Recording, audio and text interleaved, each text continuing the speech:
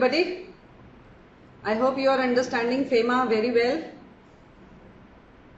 आगे बढ़ते हैं आज इस लेक्चर में। करंट अकाउंट ट्रांसैक्शंस, दो ट्रांसैक्शंस होती हैं, एक होती है करंट अकाउंट ट्रांसैक्शन, एक होती है कैपिटल अकाउंट ट्रांसैक्शन।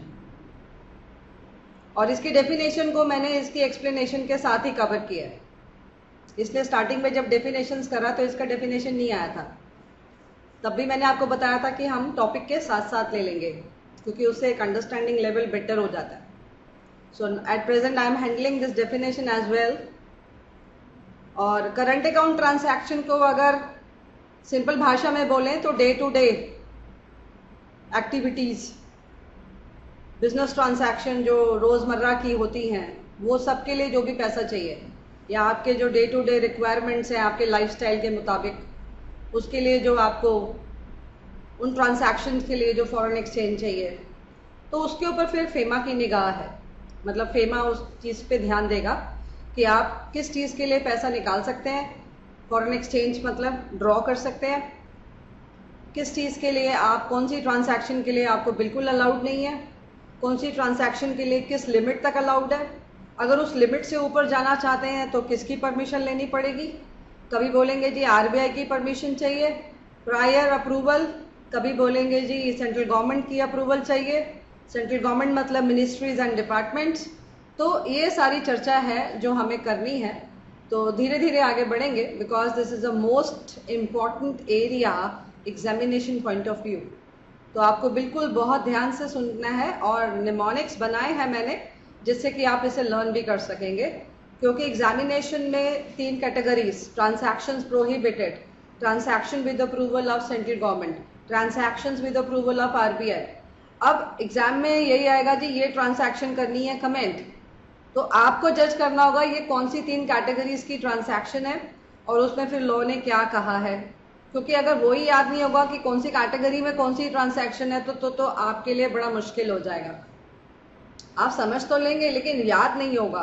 तो for your memory sake I have made certain mnemonics, जिससे कि आप एक कोशिश करेंगे तो आपको बहुत अच्छा लर्न हो जाएगा। निमोनिक शॉर्ट फॉर्म को मेमोरी में डालने के लिए उसको कम से कम 3-4 बार देखना होता है। तो बड़ा ज़रूरी है कि एक रजिस्टर के कुछ पेजेस, 1 या 2 पेजेस, 3 पेजेस, वो डिपेंड्स नो, उस पर सारे निमोनिक्स इकट्ठे लिख लीजिए और उस निमोनिक की फुल फॉर्म भी लिख दीजिए। फुल फॉर्म मतलब एक वर्ड ऐसा जिससे कि आपको याद आ जाए उस लेटर से हमने क्या याद करना है। और फिर उस पेज को अगर आप बार बार देखते रहोगे, 2, 3, 4, 5 बार देखोगे, तो वो paper as it is photograph की तरह आपके माइंड में छप जाएगा। फोटोग्राफ आपने अपने कैमरा से क्लिक करी तो आपको बड़े लंबे समय तक याद रहती है, क्योंकि उसको क्लिक करते वक्त सारी बातों का ध्यान दिया था आपने। तो you spend time over that. तो जिस चीज़ पे आप टाइम स्पेंड करेंगे, definitely that is going to, you are going to benefit yourself, right. तो let us start with it now. Current account transaction, ये अब टेक्निकल लैंग्वेज है, ये सिंपल लैंग्वेज में नहीं है, मतलब लीगल लैंग्वेज है जिसको हमने सीखना है। Section 2 clause J, and it says it means a transaction other than a capital account. क्योंकि 2 ट्रांसैक्शन होती है तो बोलता है कैपिटल अकाउंट को छोड़ के जो भी ट्रांसैक्शन है वो करंट अकाउंट ट्रांसैक्शन है। और कहता है एंड इट इंक्लूड्स, और उसमें क्या क्या आता है, ये 4 पॉइंट्स अगर आप देखें। ही सेज, हाँ इसमें भी एक निमोनिक है जो अभी आएगा। कहता है payments due in connection with foreign trade, other current business services and short-term banking and credit facilities in the ordinary course of business। बात फिर वही आ गई जो मैंने बोला, डे टू डे आप बिजनेस कर रहे हैं या जो भी डे टू डे ट्रांजैक्शंस आप कर रहे हैं, सर्विसेज अवेल कर रहे हैं, डेली लाइफ से रिलेटेड है, तो फिर वो हमारी करंट अकाउंट ट्रांजैक्शन है। बेसिकली ये एक ऐसी ट्रांजैक्शन है जिससे ना कोई एसेट बन रही है और ना ही कोई लायबिलिटी जनरेट हो रही है। जब बैलेंस शीट पढ़ते हैं तब वो एसेट और लायबिलिटी आती है। और बैलेंस शीट क्या होता है, बैलेंसेस की शीट। और एसेट क्या होता है, उसको मैं अगर बोलूँ तो मैं बोलती हूँ उसको कल का सुख, जो आपको भी पता है कि एसेट बोले तो कल का सुख, लैंड एंड बिल्डिंग बनाया, फर्नीचर बनाया, प्लांट एंड मशीनरी बनाया, ये सब आपको कल बेनिफिट देने वाला है। Therefore that is your asset that you have generated today. तो जब कोई एसेट बनती है या लायबिलिटी जनरेट होती है, चाहे वो लोन की शेप में है, शॉर्ट टर्म लायबिलिटी है, लॉन्ग टर्म लायबिलिटी है, इफ एनी कंटिजेंट लायबिलिटी है, तो कोई भी लायबिलिटी अगर जनरेट होती है then that is a capital account transaction. क्योंकि आपको अच्छे से पता है बैलेंस शीट में सारे कैपिटल आइटम्स जाते हैं that are meant for future, right. तो इसलिए capital account transaction on the face शब्द से ही समझ आ जाती है, और उसको छोड़ के जो भी है वो करंट अकाउंट है। तो अब बड़ा आसान लगता है सोचने में, हाँ समझ आ गया। आप स्टडीज के लिए बाहर जा रहे हैं, आप अपना मेडिकल ट्रीटमेंट करा रहे हैं, तो ये क्या है, ये तो डे टू डे लाइफ है ना आपकी।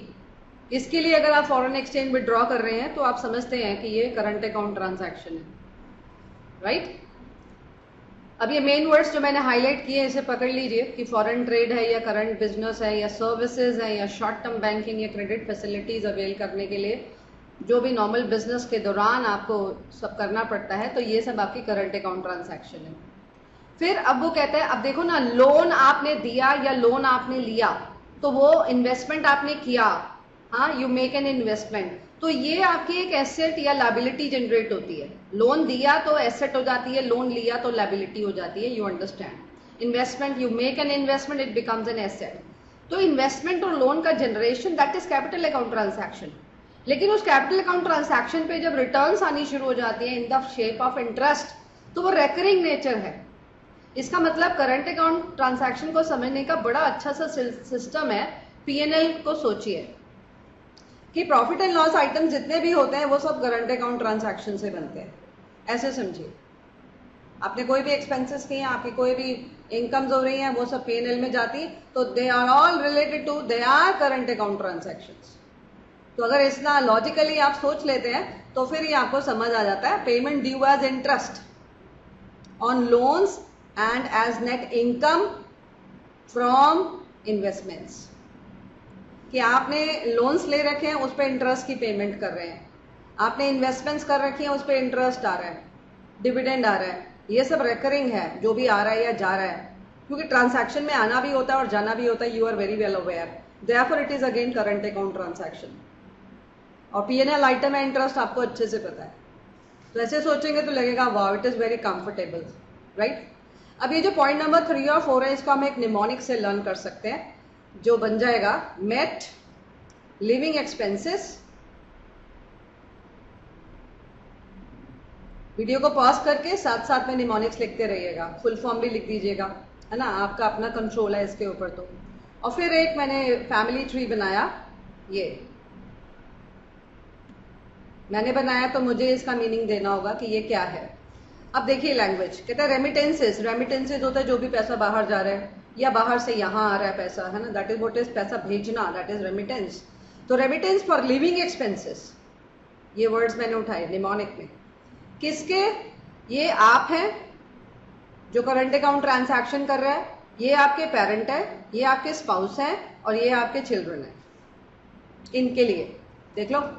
Remittances for living expenses of parents, spouse and children residing abroad, तो ये लोग आपके पेरेंट्स, आपके स्पाउस, आप मिस्टर एक्स हैं तो मिसेज एक्स आपके स्पाउस है, आप मिसेज वाई हैं तो मिस्टर वाई आपके स्पाउस है।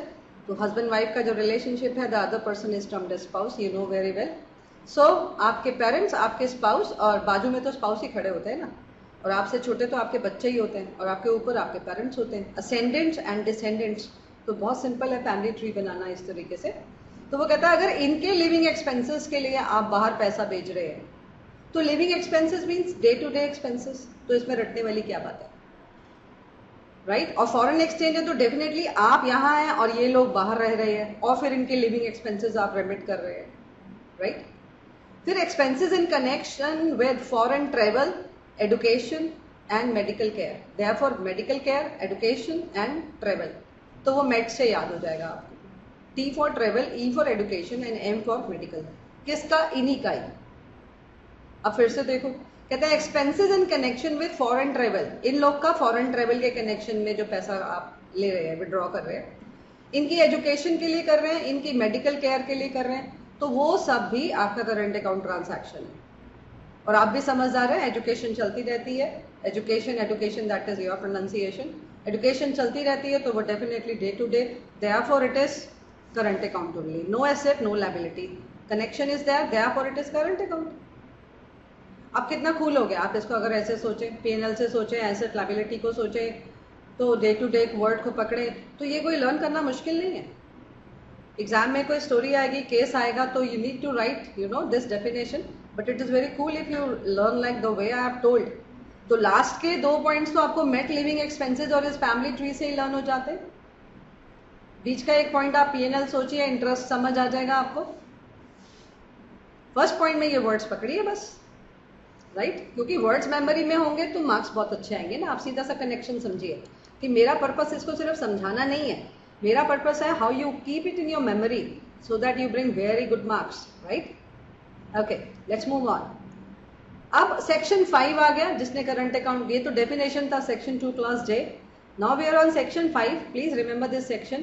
करंट अकाउंट ट्रांसैक्शन पे जो बोल रहा है वही जो मैंने आपको अभी बोला कि कुछ ट्रांसैक्शंस के लिए पैसा अवेलेबल है कंडीशंस के साथ, कुछ के लिए बिल्कुल अवेलेबल नहीं है, आप यूज नहीं कर सकते फॉरेन एक्सचेंज उसके लिए बिल्कुल भी, कुछ के लिए आपको परमिशंस लेना पड़ता है, राइट.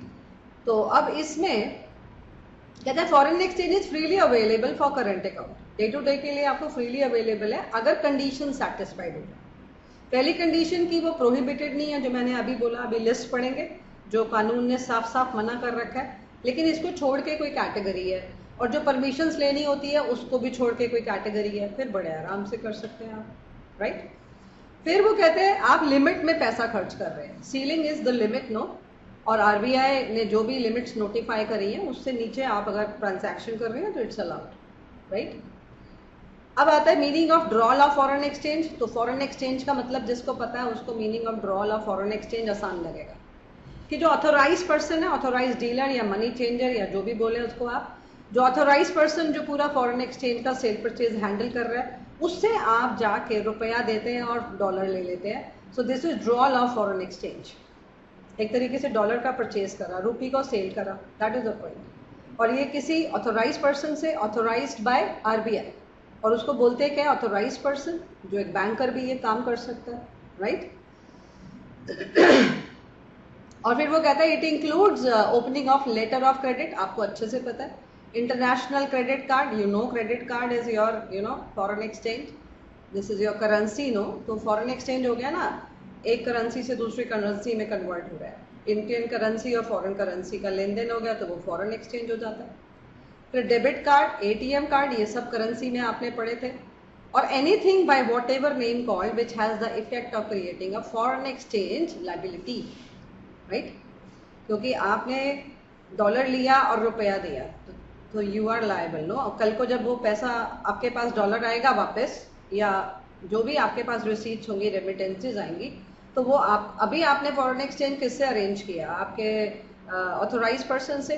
तो जब आपके पास आएंगे तो भी आपको किसको सेल करना होगा, ऑथोराइज पर्सन को, राइट. वो खैर उसमें भी है पॉइंट्स की कितना हम रख सकते हैं, तो धीरे धीरे आगे बढ़ेंगे. फिर ये आ गया लेमैन टर्म्स. नॉर्मल अगर सिंपल लैंग्वेज में बात करें करंट अकाउंट ट्रांसैक्शन क्या होता है, तो ये वही है जो मैं बड़ी देर से बोल रही हूँ. फिर आगे रूल्स, जिसमें 3 कैटेगरीज आती हैं. पहली कैटेगरी प्रोहिबिटेड है, कर ही नहीं सकते आप ट्रांसैक्शन. दूसरी गवर्नमेंट ऑफ इंडिया की हेल्प से कर सकते हैं, उनकी परमिशन लीजिए, प्रायर अप्रूवल, और फिर RBI की परमिशन से लीजिए. और ये तीनों कैटेगरीज को बाय हार्ट लर्न करना जरूरी है. So don't worry, I got the mnemonics for you, right. So बहुत आसानी लगेगा आपको जब ये निमोनिक्स आप पकड़ लेंगे. आपको लगे आप इससे बेहतर निमोनिक्स बना सकते हैं, very good, go for that. मुझे भी जरूर फिर व्हाट्सएप करिएगा. I hope you know my number. It is 9911097193. So this is my number. You can always WhatsApp if you make any mnemonics. तो फिर वो आगे बच्चों के काम आएंगे, तो सबका फ़ायदा होना चाहिए. और अगर आपको मेरे वाले अच्छे लगते हैं, गो फॉर इट. निमोनिक्स बनाइए, नहीं तो बड़ा मुश्किल हो जाएगा. इतना ज़्यादा कोर्स कैसे कर सकता है बच्चा, राइट. तो I tell you the mnemonic. पहले मैं लिख देती हूँ, फिर मैं बताती हूँ ये क्या लिखा है. L square, R square, N square, right? तो वो बोलता है IC DJ सबको पता है. IC, right? C, ये वाला C. तो IC DJ L square, R square, N square. So L square, R square, N square is the name of the DJ. You can think this foolish way. If you think like this, so it will be better for you to learn. और ये जो are square है इसको भी मैंने इस तरीके से लिखा है कि आपको लर्न हो जाएगा। This is race for rupees, for is an extra word and for rupees. ये वाला बना लीजिए अगर वो अच्छा नहीं लगा आपको, इट्स योर चॉइस, राइट। अब इसमें निमोनिक्स कैसे बनाया, लॉटरी का एल ले लीजिए, रेसिंग का आर लीजिए, फिर लॉटरी का एल लीजिए, फिर exports, no it is joint venture, हाँ मैंने हाईलाइट कर रखा है, फिर डिविडेंड, फिर रूपी हाईलाइट कर रखा है, फिर कॉल बैक सर्विसेज, फिर इंटरेस्ट को हाईलाइट कर रखा है, फिर नेपाल और फिर नेपाल। तो दो में नेपाल है, यहाँ से एन स्क्वायर बन गया, तो एन स्क्वायर दोनों नेपाल के लिए है, एल स्क्वायर लॉटरी के लिए, ये भी लॉटरी है और ये भी लॉटरी है फर्स्ट और थर्ड में। आई से आपका बन जाता है इंटरेस्ट और सी से बन जाता है आपका, it is your, let me see मैंने किसको लिया है, हाँ ठीक है, मेरे को लग रहा था कमीशन ना हो तो वो कॉल बैक सर्विस लिया, बिल्कुल ठीक। और फिर डी से डिविडेंड आ गया, जे से जॉइंट वेंचर आ गया, और फिर मैंने ये तो बता ही दिया, राइट। और ये आर से कैसे बनाया, तो वो रेसिंग है ना, रेसिंग कहीं लिखा हुआ है, कौन से पॉइंट में, ये रहा रेसिंग, तो रेसिंग का रेस उठा लिया, और फिर ये रूपी का मैंने रुपीज़ उठा लिया। समझे आप मैंने कैसे किया, मतलब this is my style, otherwise it's your choice, the way you feel like. आप जो भी निमोनिक बनाएं उससे बस लर्न होना चाहिए, चाहे कैसे भी हो जाए। आपने कहा ma'am I don't understand this mnemonic theory, मेरे को तो अपने आप से ही लर्न हो जाता है, then I am very happy, आपका हेडेक बच गया निमोनिक को भी लर्न करने का, डोंट गो फॉर दैट, आप सीधा सीधा काम करिए।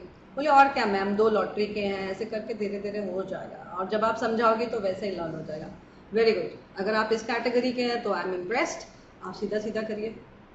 मेरा ऐसा मानना है कि एक नॉर्मल स्टूडेंट, इवन एक अबव नॉर्मल स्टूडेंट के लिए थोड़ा सा मुश्किल है, जब एग्ज़ाम से एक दिन पहले उसको इतने सारे लॉज, यू नो, इतने सारे लॉज का सब कुछ याद होना चाहिए, तभी वो अच्छे मार्क्स लाने की उम्मीद रख सकता है।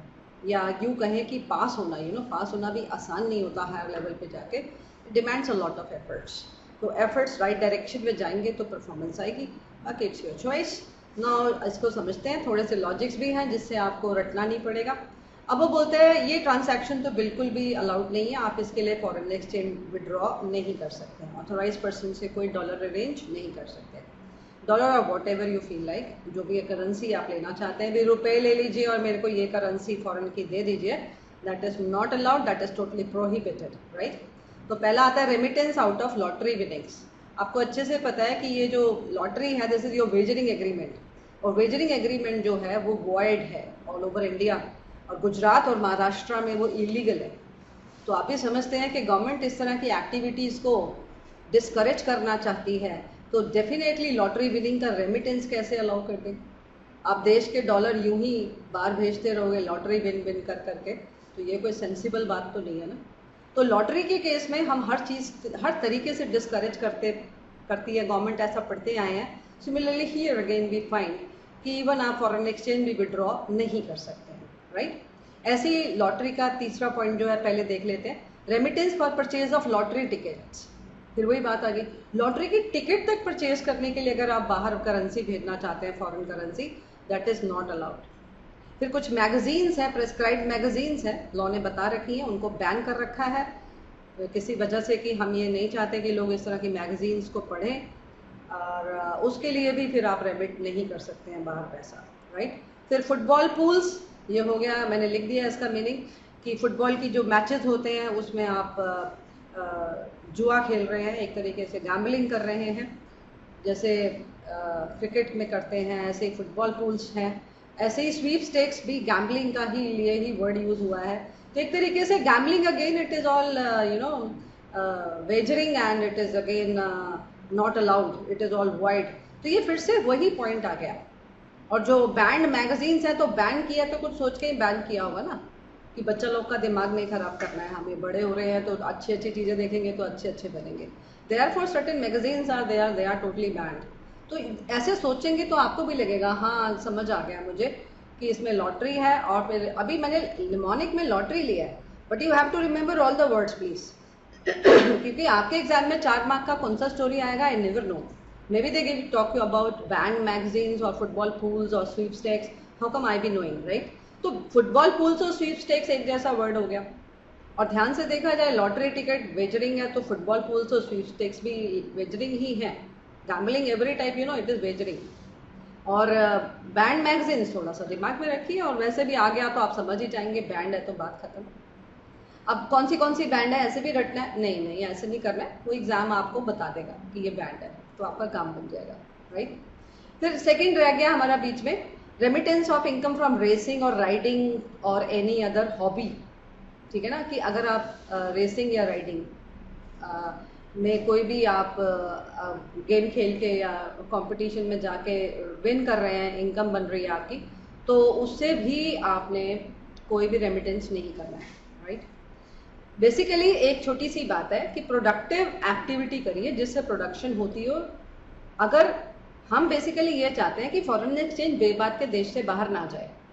अगर आप हमारे को फॉरेन एक्सचेंज अर्न करके दे रहे हो तो आपको हक बनता है कि आप फॉरेन एक्सचेंज लो और बाहर किसी पर्पस से भेजो, लेकिन वो पर्पस भी हम देखेंगे प्रोडक्टिव है तो फिर हमें समझ आएगा तो हम अलाउ करेंगे, और ये तो हम बिल्कुल भी अलाउ नहीं कर रहे हैं, सीधी सी बात है। समझ आ गया आपको? फिर आता है payment of commission on exports made towards equity investment in joint ventures wholly owned subsidiaries abroad of Indian companies. एक एक वर्ड इंपॉर्टेंट है, लॉ मेकर ने कुछ सोच के लिखा होगा ना। तो पहली बात, आपकी एक इंडियन कंपनी है और आपकी एक होली ओन्ड सब्सिडियरी बाहर है, या फिर आप बाहर किसी ज्वाइंट वेंचर में पैसा लगा रहे हो, इक्विटी इन्वेस्टमेंट कर रहे हो। आई रिपीट कि आप इंडियन कंपनी हो, आपकी होली ओन्ड सब्सिडियरी है बाहर, या तो उसमें पैसा भेज रहे हो, या फिर आप किसी बाहर कोई ज्वाइंट वेंचर में इक्विटी इन्वेस्टमेंट कर रहे हो। ठीक है, और आप उसके लिए पैसा नहीं भेज रहे हो, आप उसके लिए एक्सपोर्ट कर रहे हो। जैसे सपोज आपकी तरफ से कैपिटल की शेप में आपने प्लांट एंड मशीनरी लगाया, तो आप मशीन्स का एक्सपोर्ट कर रहे हो जो उस वेंचर में काम आ जाएंगी, या होली ओन्ड सब्सिडियरी के काम की चीज भेज रहे हो। तो ये जो एक्सपोर्ट आपने इन्वेस्टमेंट पॉइंट ऑफ व्यू से किया है, इस एक्सपोर्ट पे अगर कोई कमीशन किसी को देनी बनती है तो आप नहीं दे सकते हो। बड़ा सिंपल लॉजिक है कि आपने कोई फॉरेन एक्सचेंज अर्निंग थोड़ी ना करी है इस ट्रांसैक्शन से। आप एक्सपोर्ट कर रहे हो तो कोई आपके पास डॉलर थोड़ी ना आएगा, तो फिर आप डॉलर दे कैसे दोगे बाहर? व्हाट द लॉजिक कि आप इन्वेस्टमेंट पॉइंट ऑफ व्यू से मशीनें भेज रहे हो, ये दूसरे तरीके का एक्सपोर्ट है, ये कोई अर्निंग नहीं हो रही है इस एक्सपोर्ट से अभी। देयरफॉर इस पॉइंट को सोच के लॉ मेकर्स ने कहा कि हम कमीशन अलाउ इसके ऊपर अगर कोई देनी पड़ रही है तो हम उस पर कमीशन अलाउ नहीं करेंगे, राइट। फिर आता है डिविडेंड। ये भी बड़ा लॉजिकल है कि भैया आप एक ऐसी कंपनी हो जो इंडिया में कमाई कर रहे हो और फिर आपके जो शेयर होल्डर्स हैं, मेंबर्स हैं, उनको डिविडेंड आप बाहर भेज रहे हो, राइट। तो आप जितना डिविडेंड भेजने में जितना फॉरेन करेंसी या डॉलर एनी करेंसी वो आप खर्च कर रहे हो, तो क्या उतना हमारे को इंडिया में ला के दिया था? इंडिया में उतने का इनफ्लो हुआ था, इनवर्ड रेमिटेंसेज हुई है इतने की जितना आप भेज रहे हो बाहर। So he says remittance of dividend by any company to which the requirement of dividend balancing is applicable। और डिविडेंड बैलेंसिंग वही है जो मैंने बोला कि आपने जितना फॉरेन एक्सचेंज अर्निंग करी उतने के बराबर तो आप डिविडेंड की शेप में फॉरेन एक्सचेंज बाहर भेज सकते हो, लेकिन उससे ज्यादा नहीं भेज सकते हो आप, right. So this is again logical, रटने वाली बात नहीं है। और डिविडेंड वर्ड निमोनिक से लर्न कर सकते हैं, और डिविडेंड बैलेंसिंग का कॉन्सेप्ट सीख लिया तो कंफर्टेबल हो गया। फिर नेक्स्ट आता है, ये भी सिंपल है, रुपी स्टेट क्रेडिट रूट सीखना है आपको। बेसिकली ये 90s की एंड लेटर 90s की बात है, जब रशिया के साथ, अगर मैं ऑन द फेस सीधा सीधा बताऊं कि रशिया के साथ ये रुपी स्टेट क्रेडिट रूट के कॉन्सेप्ट है, तो रशिया को जो भी हमारे एक्सपोर्टर्स एक्सपोर्ट करते हैं, जिसके पीछे एक लंबी चौड़ी हिस्ट्री है, तो ऑन द फेस अगर सीधा सीधा सीखना चाहें, एग्जाम में कुछ नहीं लिखना, बट ऐसा सुनने से आपको क्लैरिटी आ जाएगी कि जो रशिया को हमारा एक्सपोर्टर्स एक्सपोर्ट करते हैं तो उनको जो पेमेंट मिलती है वो एक तो लेटर ऑफ क्रेडिट के थ्रू मिलती है, और लेटर ऑफ क्रेडिट फिर वो जो बैंक्स हैं उससे उनको जो नेगोशिएटिंग बैंक्स होते हैं उससे पेमेंट मिल जाती है। अब जो हमारे एक्सपोर्टर्स को पेमेंट मिलती है वो रुपीज में मिलती है, और वो भी तब मिलती है जब वो आरबीआई को डिस्क्लोजर देते हैं कि हमने इतने का एक्सपोर्ट किया है। तो सीधा सीधा फिर से बोलूं कि रशिया को जो एक्सपोर्ट हो रहा है उसको एक्सपोर्टर्स को जो पैसा मिल रहा है वो कोई फॉरेन करेंसी में नहीं मिल रहा है, वो रूपी में मिल रहा है, तो फिर वो रूपी स्टेट क्रेडिट रूट है। किस स्टेट के जरिए मिलेगा? गवर्नमेंट के जरिए एक्सपोर्टर को पैसा मिलेगा, रूपी फॉर्म में मिलेगा एक्सपोर्ट करने का पैसा। इसलिए वो बोलता है अगर इस एक्सपोर्ट्स पे कोई कमीशन है तो उसके लिए आप फॉरेन एक्सचेंज विड्रॉ नहीं कर सकते, क्योंकि आपने कोई फॉरेन एक्सचेंज अर्न भी कहाँ किया है जो आप फॉरेन एक्सचेंज बाहर भेजने की सोच भी रहे हो। तो अगेन लॉजिकल नो, लेकिन समय के साथ चेंजेस आया और बोला कि जी अगर आप टी और टोबैको का एक्सपोर्ट कर रहे हैं तो उसकी जो इनवॉइस वैल्यू है उसके 10% के बराबर अगर आप कमीशन देना चाहते हैं तो उसके लिए आप फॉरेन एक्सचेंज विड्रॉ कर सकते हैं। This is really very very important according to me कि टी और टोबैको के एक्सपोर्ट की जो इनवॉइस वैल्यू है उसके 10% तक का अगर आप कमीशन का अमाउंट विड्रॉ करना चाहते हैं कमीशन पर्पज से तो वो अलाउड है, ओके, अदरवाइज नहीं है कोई और अगर एक्सपोर्ट हो रहा है। फिर आते हैं payment related to call back services of telephone. Now what is call back service? Call back, मैं कॉल करूंगा आप कॉल बैक कर लेना, यही तो होता है ना। हाँ भाई मेरे फोन में बैलेंस नहीं है मैम, मैं आपको मिस कॉल दूंगा, प्लीज आप कॉल बैक कर लीजिएगा और ताकि मेरे पैसे बच जाएं। मैंने कहा हाँ बेटा ऐसी कोई बात नहीं है, अभी आप पढ़ाई कर रहे हो, आई अंडरस्टैंड एवरीथिंग, है ना, that is what is call back. अब ये क्या है? ये है सपोज ये इंडिया है, ठीक है, एक छोटा सा एग्जाम्पल, और एक है जस्ट वेट,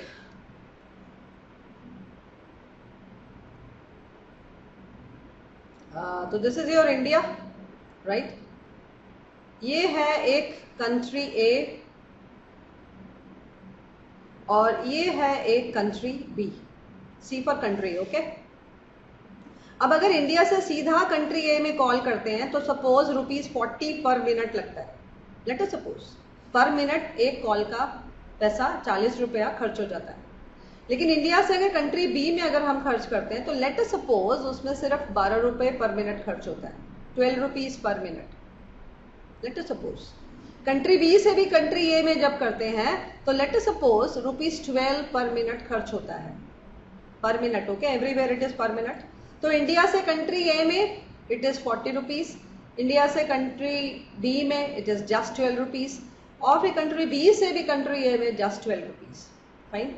अब अगर मुझे इंडिया से सीधा कंट्री ए में किसी से बात करना है तो इट्स वेरी कॉस्टली अफेयर, तो एक कॉलबैक सर्विस हम यूज कर सकते हैं। सपोज कोई मिस्टर एक्स है who resides in country B, तो इंडिया वाला मिस्टर एक्स को एक मिस्ड कॉल देगा, यहां से एक मिस्ड कॉल जाएगी, उसका तो पैसा नहीं लगेगा, तो उससे मिस्टर एक्स को पता चल जाएगा कि इस पर्सन को कंट्री ए में पर्टिकुलर पर्सन से बात करनी है, वो तो बता रखा होगा ना पहले से।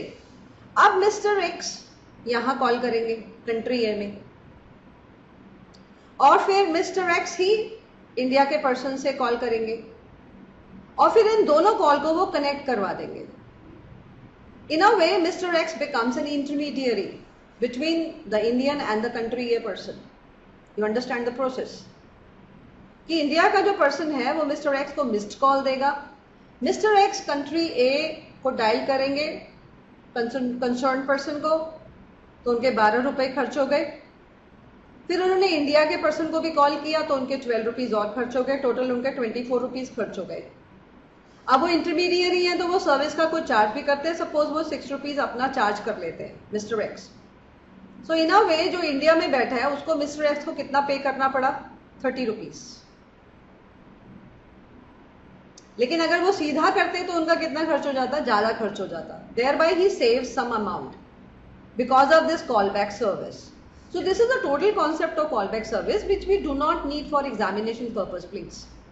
हमारे को ये word आना चाहिए, that's all. तो ये story अगर आप कल को भूल जाते हैं या नहीं ध्यान रहता है, doesn't matter, you just remember these words callback service.